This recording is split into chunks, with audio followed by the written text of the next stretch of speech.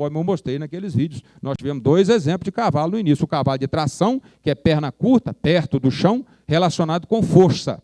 Cavalo de esporte, um cavalo mais alto do chão, mais perna alta, relacionado com o quê? Com velocidade, com salto. O cavalo de sela tem que ser um cavalo equilibrado, então ele tem que ter medidas proporcionais. Ele tem que ter essa proporção também entre a profundidade torácica e o vazio substernal. Lembrar que o vazio substernal sempre deve ser ligeiramente maior que a altura do costado ou profundidade do tórax. Bom, tinha um outro slide, tem não? Ah, sim, esse aí mesmo, o outro anterior. É porque está aqui embaixo, eu preciso falar. Próximo. Próximo. Aqui. Uma última proporção que a gente olha rápido também, quando avalia cavalo de sela, é a proporções dos membros, proporção membros com o corpo. Então, quando você observa um cavalo, rapidamente você já faz a análise da estrutura que ele tem aqui embaixo com a estrutura que ele tem aqui em cima. Tem até um índice para quem estuda realmente equinocultura, quem faz morfometria de cavalo, é o índice dáctilo torácico, que é o índice que você tira do perímetro de canela pelo perímetro torácico. A gente na pista não vai medir nada, e nem criador fica medindo muita coisa não, mas tem que botar o olho nisso aqui e ver se o animal tem a estrutura dos membros compatível com o volume corpóreo, em termos de ossatura, em termos de tendões. Então você dá uma olhada no que ele tem de base e dá uma olhada no que ele tem de cima. É muito comum a gente encontrar animais que têm um tórax volumoso, aquele tórax quase de animal de tração, e quando você olha embaixo, você vê aqueles membros fininhos que não suportam o animal. Então, essa é a primeira proporção que você tem que olhar. A estrutura dos membros no comparativo com o volume corpóreo. Ou seja, você dá uma olhada no perímetro de canela e dá uma olhada no perímetro que ele tem de tórax. Índice dáctilo torácico, mas que a gente olha como proporção. Eu estou olhando apenas a proporção entre o que o animal tem para sustentar com aquilo que ele tem para carregar. Outra coisa que é muito importante de olhar são as proporções nos segmentos ósseos. Observe que o animal ele tem que ter espádua longa, antebraço longo, braço longo e depois ele tem que ter uma canela mais curta. E, na verdade, esse comprimento do antebraço aqui é muito importante. Às vezes, um animal que tem um tórax muito volumoso e você olha, ele tem um membro curto, normalmente o que está mais curto é esse antebraço. E esse antebraço é muito importante, nós podemos ver depois em vídeo, é ele que dá o comprimento da passada.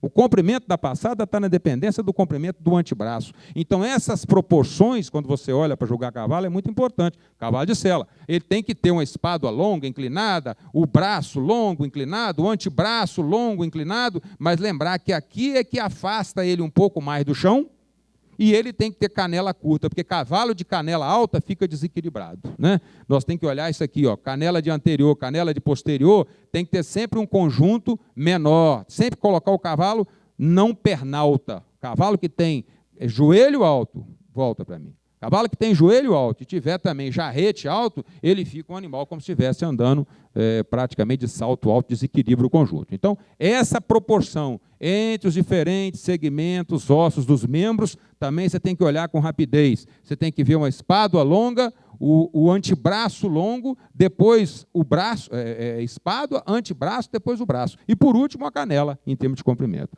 E quando você olha aqui atrás também, ó, você tem que ter o animal com a perna longa, uma inclinação adequada, esse ângulo de garupa com essa inclinação, você já olha também essa proporção entre os membros. Lembrar que sempre o jarrete vai estar um pouquinho mais alto do que o joelho. Nunca você vai ter, e nunca deve-se ter, o jarrete na mesma altura do joelho. O jarrete sempre um pouquinho mais alto, mantendo essas proporções também nos membros posteriores. Vamos ver se passa. Passou. Então, nós demos essa corrida nas proporções do cavalo. Desculpe estar falando tudo isso rápido, o tempo é pequeno, depois nós estamos à disposição para discutir qualquer coisa com vocês. Nós já demos uma olhada nas proporções que você na pista dá, aquela olhada rápida no cavalo, já olhou se ele é proporcional. Se ele é proporcional, falta ele ser ainda equilibrado. E eu botei para vocês agora aqui um slide mostrando o que o cavalo tem que ter para ter equilíbrio. Então, primeiro, o equilíbrio do animal, ele está na dependência de proporções, como eu já falei para vocês agora mesmo. Cavalo que não tem proporções, ele não consegue ser equilibrado. Ele tem que ter proporções para depois ser equilibrado. Agora, se ele já tem proporções, como é que nós vamos ver se ele é equilibrado? Aí sim, vai estar na dependência. O equilíbrio de um cavalo está na dependência. Além das suas proporções, dele ser um cavalo proporcional, está relacionado também a ângulos e bons aprumos. Então, o cavalo, para ser um cavalo de equilíbrio, ele tem que ser proporcional, tem que ter angulações ideais ou próximas do ideal e tem que ter aprumos ou ideais ou próximos do ideal. Então, a gente vê aqui esse cavalo, observe aqui, ó, volta para mim. Observe aqui, ó, o cavalo, quando ele assume essa atitude aqui, o centro de gravidade dele vem aqui mais ou menos para o meio do costado, numa região atrás da cerneira. Então, esse é um cavalo que a gente já vê que ele tem equilíbrio, além de proporções. Aí, sobre essas proporções, eu já falei, cabeça com pescoço, cernelha com garupa, comprimento corpóreo, dorso lombo com garupa, depois os membros com volume corpóreo, profundidade torácica com vazio substernal, esse animal já é proporcional. Agora, se ele tivesse a cabeça baixa, ele perdia o equilíbrio. Por quê? Porque o cavalo, naturalmente, ele já tem 60% do peso aqui, 40% do peso aqui. Se esse conjunto abaixa aqui, ó, se a cabeça abaixa, para onde vai o centro de gravidade desse cavalo? Já vai deslocar para frente. Então, o cavalo, para ser equilibrado, ele tem que ter ângulos adequados. Então, primeira coisa que a gente olha é isso aqui. Se o cavalo tem esse ângulo cabeça-pescoço, grosseiramente em torno de 90 graus, 95 graus.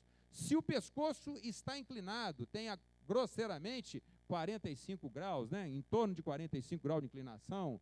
Depois, se ele tem espádua inclinada, braço inclinado, o restante do conjunto reto. Se ele tem a garupa numa inclinação adequada, que coloca os membros posteriores direitinho sobre a massa, que daqui a pouco eu falo para vocês, com esses ângulos, se o cavalo tiver essa linha aqui bem dentro da massa, que eu mostro para vocês daqui a pouco em outros slides, automaticamente ele vai ter esses ângulos aqui dentro do ideal. Então, o equilíbrio do cavalo, além de estar na dependência, ele tem que ser proporcional. Agora, depois ele tem que ter mais o quê? Ângulos ideais e tem que ter aprumos ideais. Não adianta, por exemplo, você ter um cavalo todo torto, ele é todo proporcional, mas ele tem um aprumo todo torto, você já deslocou o centro de equilíbrio dele para um lado, né? Se ele estiver projetado para frente ou projetado para trás, ele vai deslocar o centro de equilíbrio. Então, o cavalo equilibrado é aquele que tem ângulos e que tem aprumos e que coloque automaticamente o centro de gravidade dele numa linha, no centro mais ou menos do costado e logo atrás da cernelha. Curioso é que nós temos que montar e o peso do cavaleiro tem que estar aqui. Então, quem sabe disso, sabe arriar um cavalo. Hoje tem uma raça que eu julgo muito, que estão selando o cavalo aqui em cima da cernelha. Então, o cavalo já é desequilibrado, já é desproporcional em termos de peso. O anterior ficou realmente para receber peso, 60%. Posterior com 40%. Aí você sela um cavalo aqui, em cima da cernelha. Põe um cavaleiro ali em cima da cernelha, né? Como é que você quer que esse cavalo restabeleça seu equilíbrio, eleve o pescoço e tenha um andamento natural, né? Então, quem sabe que o centro de equilíbrio do cavalo está aqui, ele vai encaixar a sela na cernelha, não vai colocar a sela em cima da cernelha, né? E não vai deixar também o peso do cavalo passar para cá. Você vai colocar a sela nessa região, você vai colocar o seu peso aqui, de maneira que o seu centro de equilíbrio vai estar junto com o centro de equilíbrio ou o centro de gravidade do cavalo. E lembrar que o cavalo, gente, ele tem que manter esse centro de equilíbrio, esse centro de gravidade. E cada vez que ele dá uma passada, ele perde o equilíbrio. Cada vez que o cavalo se projeta para frente, ele não é que ele perde o equilíbrio, ele desloca o centro de equilíbrio dele para frente. O que ele vai ter que fazer? Restabelecer esse centro de equilíbrio dele. Então, o cavalo, a cada troca de passada, ele perde equilíbrio e recupera o equilíbrio. Por isso que o cavalo já tem que ser, por natureza, proporcional e equilibrado, porque durante a dinâmica ele vai estar sempre restabelecendo aquele equilíbrio dele com facilidade. E para isso a sela tem que estar bem posicionada, o cavaleiro também tem que estar bem posicionado na sela. Então vamos lá. Tudo isso eu falei porque a gente pensa o seguinte: então, quando você olha na morfologia um cavalo parado, você já tem que imaginar que ele tem que ser proporcional e equilibrado. E você tem que lembrar também que ele tem que ter aquilo tudo que eu acabei de mostrar, porque quando você colocar o peso, botar a embocadura, ele de um cavalo proporcional, equilibrado, com tudo relaxado, observe que o animal, o pescoço do cavalo, ele tem uma curvatura dorsal grande, uma curvatura ventral pequena. Ele tem a coluna relaxada, ele tem também a região do quadril mais relaxado, o abdômen dele está relaxado.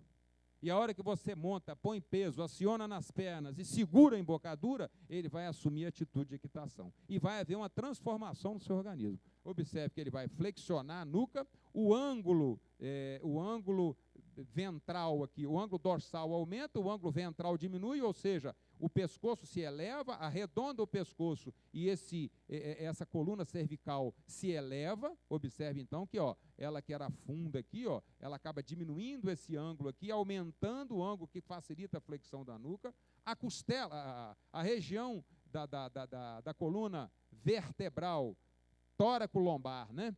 Tóraco-lombar vai se elevar. Observe como é que ela era relaxada, como é que aqui ela dá elevada. Por quê? Porque aguentar peso. Quando você põe peso em cima da gente, se botar um peso nas costas, automaticamente a posição que se assume é essa aqui, né? Para segurar peso. Ninguém vai segurar peso, pegar um saco nas costas e torcer a coluna. A gente sempre já protege a coluna nesse sentido. O cavalo também, quando você põe peso, ele já vai automaticamente flexionar a sua coluna, a coluna passa a ser flexionada. O quadril sofre também uma torção, porque ele é puxado pelos músculos abdominais. Então, o músculo que estava abdominal lá, o reto abdominal, o oblíquo abdominal, que estão lá relaxados, ele flexiona para puxar, para abaixar esse quadril, e com isso o posterior engaja. Outro slide. Próximo. Isso. Então, observe grosseiramente o que acontece com o cavalo quando você põe ele na atitude de equitação. O pescoço se eleva, a base do pescoço eleva e a nuca flexiona, a cernelha se eleva um pouco e o quadril abaixa, o posterior engaja, mas ele não muda o centro de gravidade. Né? Então ele tem que ser equilibrado, ele conseguir fazer tudo isso sem alterar o seu centro de gravidade. E aí que a gente, quando monta em cavalo proporcional e equilibrado, você sente uma coisa que você não sente num cavalo que não é proporcional e não é equilibrado. Os cavaleiros falam assim, esse cavalo puxa a gente para a sela. Um cavalo consegue te puxar para a sela? Consegue. Ele eleva um pouco da cernelha e ele faz aquela torção na coluna, ele, ao flexionar e elevar a coluna, ele te joga um pouquinho para o centro de equilíbrio dele.